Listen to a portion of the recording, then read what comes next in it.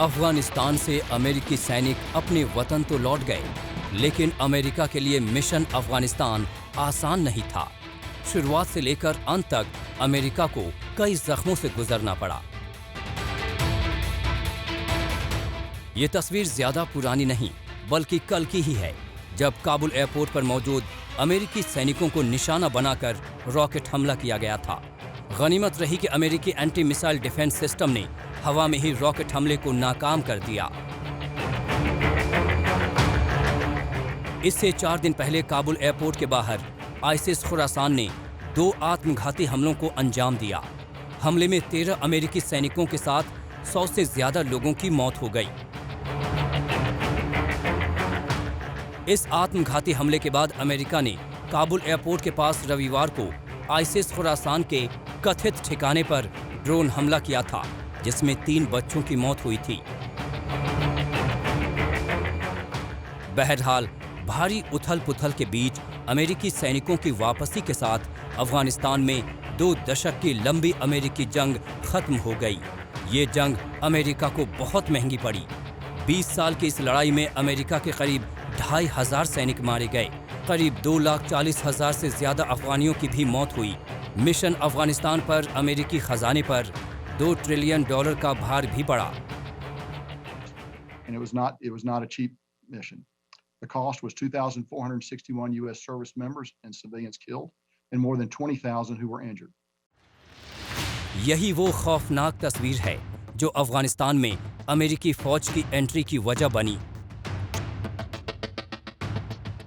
9/11 का हमला, जब अल-कायदा आतंकियों ने न्यूयॉर्क की शान ट्विन टावर को ध्वस्त कर दिया था।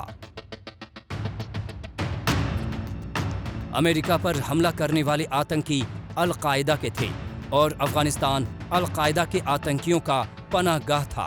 लिहाजा 9/11 का बदला लेने अमेरिका अफगानिस्तान पहुंच गया। 1996 में अफगानिस्तान में काबिज तालिबान की सरकार को उखाड़ फेंका।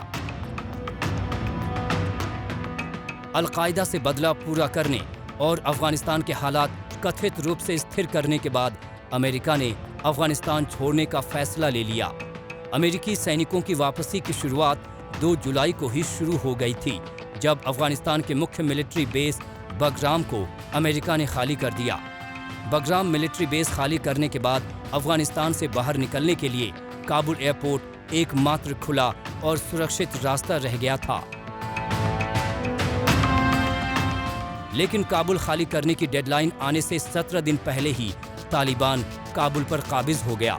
अमेरिका और उसके मित्र देशों के लिए ये काबुल में तालिबान की एंट्री चौंकाने वाली थी, क्योंकि उन्हें इतनी जल्दी सब कुछ होने का कतई अंदाजा नहीं था।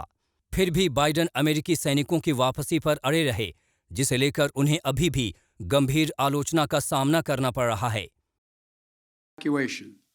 We agreed that we will continue to our close cooperation to get people out as efficiently and safely as possible. We are currently on a pace to finish by August the 31st. Afghanistan के हालात तेजी से बदल चुके थे। अमेरिकी और NATO सैनिक शांतिपूर्ण तरीके से अफगानिस्तान छोड़ पाते, इससे पहले उन्हें अपने लोगों को अफगानिस्तान से बाहर ले जाने के मिशन में लगना पड़ा। 14 अगस्त के बाद अमेरिकी सैनिकों ने 1,22,000 से ज्यादा लोगों को अफगानिस्तान से बाहर निकाला। अमेरिका अपने लोगों को लेकर तो बाहर निकल गया, लेकिन अफगानिस्तान के उन लोगों का क्या होगा जिन्होंने तालिबान से जंग में विदेशी सैनिकों का साथ दिया था।